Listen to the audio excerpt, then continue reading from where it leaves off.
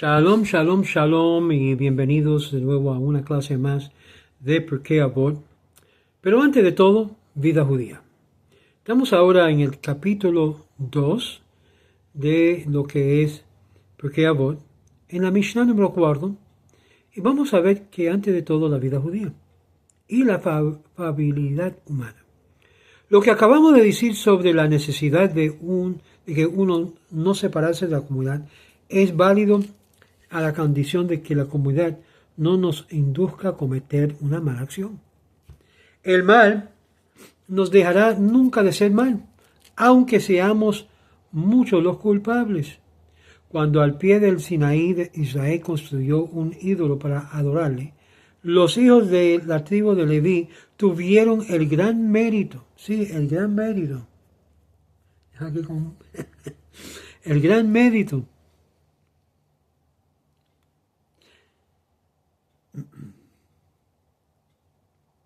mérito de separarse del resto del pueblo y de negarse al inclinarse ante el becerro por este motivo.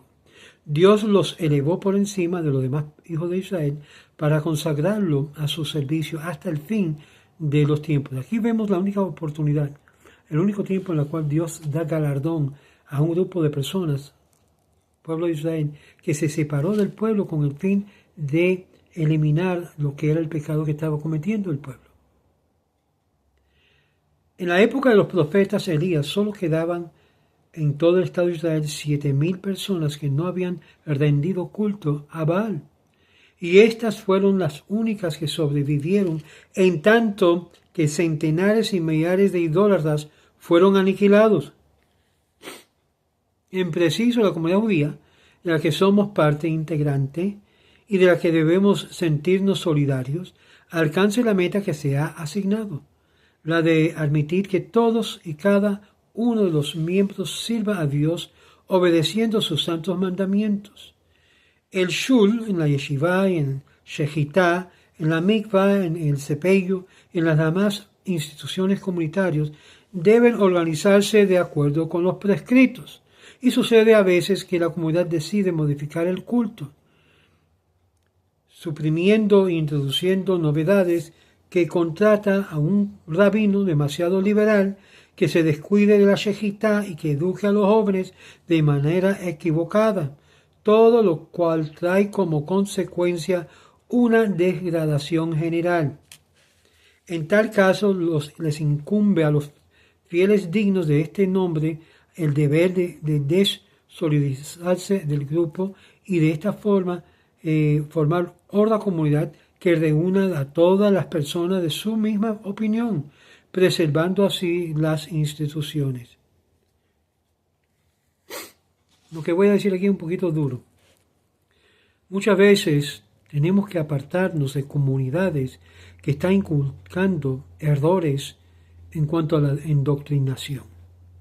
De esto ustedes saben lo que me estoy refiriendo. Cuando un grupo de gente, aunque sean judíos, apoyan ciertos morales totalmente equivocados, hay que separarse de tal grupo. Hay que abandonar, aun si es necesario, a tal sinagogas, porque se han convertido en sinagogas de inmoralidad y de paganismo y de idolatría, preservando en vez lo que enseña la Torá, que eleva la dignidad del principio de la infracción de los santos preceptos. Así lo estima también el rey David, cuando dice en el Salmo 26:5, odio la reunión de los malhechores. Así lo llama el rey David. Reunión de malhechores.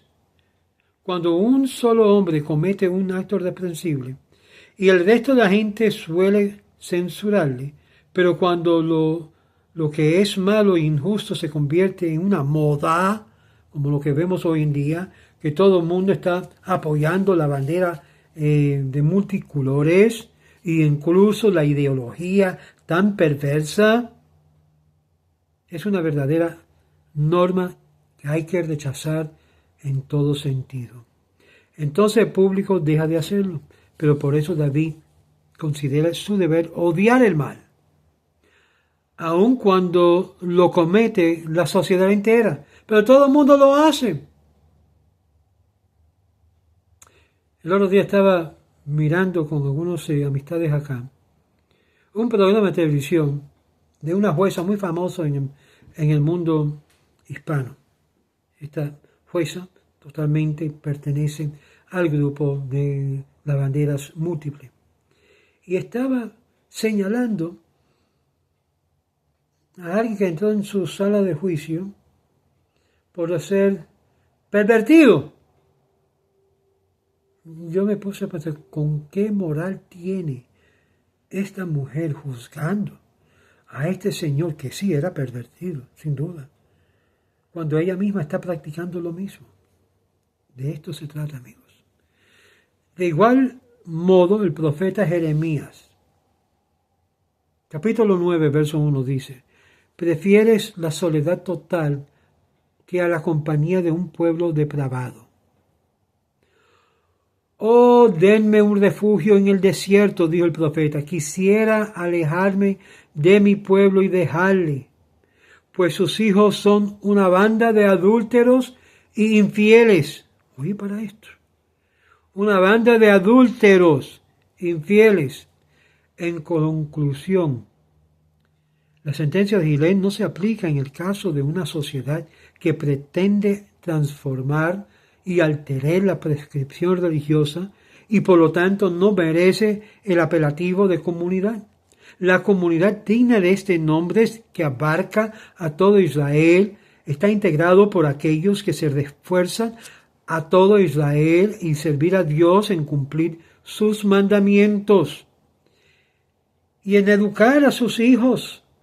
Y en este sentido, los que reniegan de Dios profanan el Shabbat y se vuelven impuros, ingreídos, alimentos prohibidos y violan las leyes del matrimonio, de la castidad y de la purificación de aquellas cosas que se apartan de la comunidad, y nosotros nos corresponde separarnos de ellos para permanecer fiel a ella. Nuestro compromiso, amigos, no es con las normas sociales que varían, es con el Dios que nos dio normas morales para que nosotros no variamos en nuestro conducir. A mí me alertó una comunidad que no voy a decir dónde está porque van a saber exactamente a cuál me refiero, pero digamos que no está en Estados Unidos, está en un país hermana, y en este pueblo uno de los políticos se han involucrado o involucrada en cuestiones de depravación de niños. Ella no es judía, pero muchos de los miembros de la comunidad de ese pueblo están empujando que esta persona se involucra. Mi consejo a uno de los líderes fue: no, aléjate, desconéctate, porque tarde o tardío eso va a salpicar. Y no quiero que nada salpique, si es posible evitarlo, a la comunidad de los caminos de Israel allá. Porque créame, muy fácilmente se puede involucrar uno donde se salpica lo que es la basura, lo que es la falta de moralidad, la falta de Dios y conciencia de la moralidad de Dios en ese lugar, y puede causar mucho daño, no solamente a esa comunidad, sino a todas las comunidades de los caminos de Israel. Y yo vigilo eso con mucho cuidado. En ese sentido soy muy cauteloso, muy cuidadoso en todo lo que puedo hacer. La falibilidad humana involucra parte de esto. Hasta el día de tu muerte no estés seguro de ti mismo, ni de yo mismo debo estar asegurado. Como dice, nuestros sabios añaden en el Tratado de Berajot 29a, en efecto, el sumo sacerdote Yohanan asumió durante 80 años su sagrada función y terminó a volverse un saduceo. También el Tratado de Yoma 9a alude a este sumo sacerdote y comenta igualmente que ocupó su cargo durante 80 años. Su nombre completo era Yohanan Hircano, o Hircano, y fue el hijo del primer príncipe independiente de Yehudá y pertenece a la familia de los Ashmoneos, pues descendía del último heroico hijo de Matías. Yohanan Hyrcano fue el primero de aquel linaje en ostentar el título de rey. Los sacerdotes no tienen derecho a la corona, y se tomó la corona, asumió algo que no le pertenecía. Cuando su padre Shimón murió asesinado, Yohanan Hyrcano asumieron la función del rey y del sumo sacerdote y tuvo que enfrentarse a un gran numerosos enemigos, en el primer lugar con el asesino de su padre, que había hecho prisionera a su madre. Cuando Yohanan Hyrcano sitió la fortaleza, el criminal llevó a la madre del rey hasta la muralla del recinto y amenazó con matarla ante sus ojos. Demostrando gran valentía, aquella mujer le pidió a su hijo que no tuviese en cuenta la amenaza, que mantuviera el cerco, pero el rey no pudo y aceptar el ser la causa de la muerte de su madre. Levantó el sitio y dejó escapar el asesino. Poco tiempo después, el rey de Siria, Antíoco Sidetes, a la cabeza de un gran ejército, intentó reconquistar a Judea, y Yohanan Hyrcano consiguió firmar una paz honorable. Tras este episodio, el mismo Antíoco perdió la vida en una campaña contra los partos en el trono de Siria y fue objeto de disputa entre los varios pretendientes, la cual debilitó considerablemente su reino, o este reino. Yohanan Hyrcano se aprovechó de las dificultades del enemigo hereditario de Yehudá para consolidar su trono y extender lo que era su imperio y castigar a los enemigos de su pueblo. Destruyó el templo de los cuetos en el monte de Gerizim y combatió a los edomeos y conquistó su país. Y cuando algunos de los años más tarde volvió a emprender las guerras contra los cuteos y puso cerco alrededor de Samaria, estos pidieron ayuda de nuevo al rey de Siria.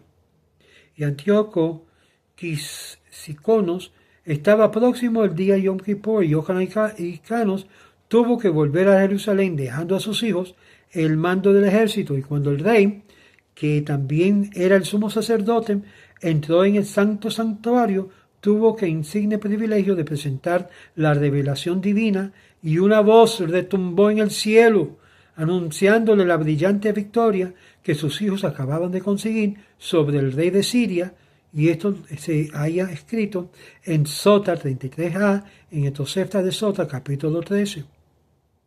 Tras la muerte de los últimos profetas, Hagai, Zacarías y Malaquí, no hubo más revelación divina. El Ruach HaKodesh, el Espíritu Santo, sin embargo, los hombres más eminentes y santos de Israel conocieron la revelación a través de Bar-Kol, hija de profecía, y entre ellos figuraron Shimón el justo y Yohanan Hyrcano. Cuán grande era el santo que debió ser este rey para que en aquel santo día, en el mismo santo de sus lugares, Dios mismo le revelara la victoria de sus hijos. Y a raíz de este acontecimiento tomó una serie de disposiciones que demuestran lo mucho que le preocupaba a la comunidad cumpliera con los mandamientos con el rigor necesario. He aquí, que es lo que leemos, he aquí algunos de ellos. En el tercer año solía entregarse el diezmo a los pobres. El tercer año. Y cada judío hacía una declaración atestiguando haber pagado los impuestos de acuerdo con la prescripción. El primer diezmo estaba destinado a los levitas, pero como estos eran muy pocos desde la cautividad de Babilonia, Esdras había decretado que también podía ir a los Kohanim, y Yohanan abolió esta costumbre porque ya no le correspondía situación en aquel momento.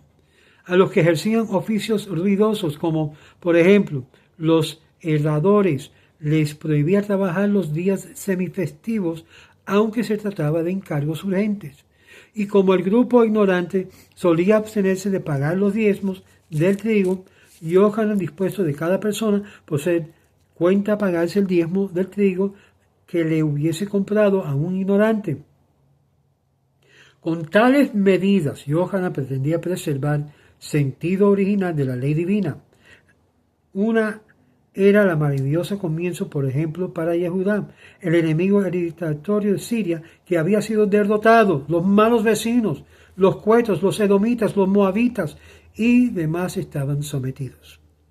El reino tenía a su cabeza como rey el sumo sacerdote y a una personalidad más santas y más eminentes del país, tanto que lamentablemente es el hecho de que Yohanan Hyrcanus, poco antes de morir, haya arruinado la obra de su vida cayendo en un error que iba a provocar la disolución y la destrucción del Estado judío. El primer capítulo de nuestro tratado hemos mencionado la sentencia de Abtalión que alude a la secta de los saduceos. Estos no creían en la inmortalidad del alma, y como no previenen ni recompensa ni castigo en él, más allá, procuraban disfrutar al máximo de los placeres de este mundo. Como es de suponer, semejantes teorías tuvieron especial aceptación entre la gente acomodada, rica y poderosa, y acabe pues preguntarse si fueron motivos políticos que la impusieron al rey a unirse al partido de los saduceos. Es decir, por la plata, baila el mono, baila mucho. No hay nada seguro al respecto, pero fuera cual fuera la causa de su actitud. El caso es que aquel insigne varón al que Dios había honrado con una revelación el mismo día de Yom Kippur en el santo templo se desvió del buen camino y en el atardecer de su vida, perdiéndose a sí mismo y su pueblo, por motivo la cual Hillel lanza la advertencia, advierte y cuídate. No dice de no caer en la tentación y no te fíes demasiado de ti mismo hasta el día de tu muerte. Mientras que el hombre esté con vida, tendrá que seguir luchando contra su peor enemigo, su propio ego, su propia arrogancia y su propia tendencia al mal, que se aloja en su propio corazón y se obstina en querer imponer su funesta voluntad. Roguemos entonces pues a Dios que nos exponga a la tentación, que no nos exponga a esta tentación, y si nos asalta a pesar de todo, pidámosles ayuda para poder vencer eso que ha destruido a tantos grandes hombres. Y aquí pautamos en esta lección de Pirkei Avot. Todavía falta más para terminar la Mishnah.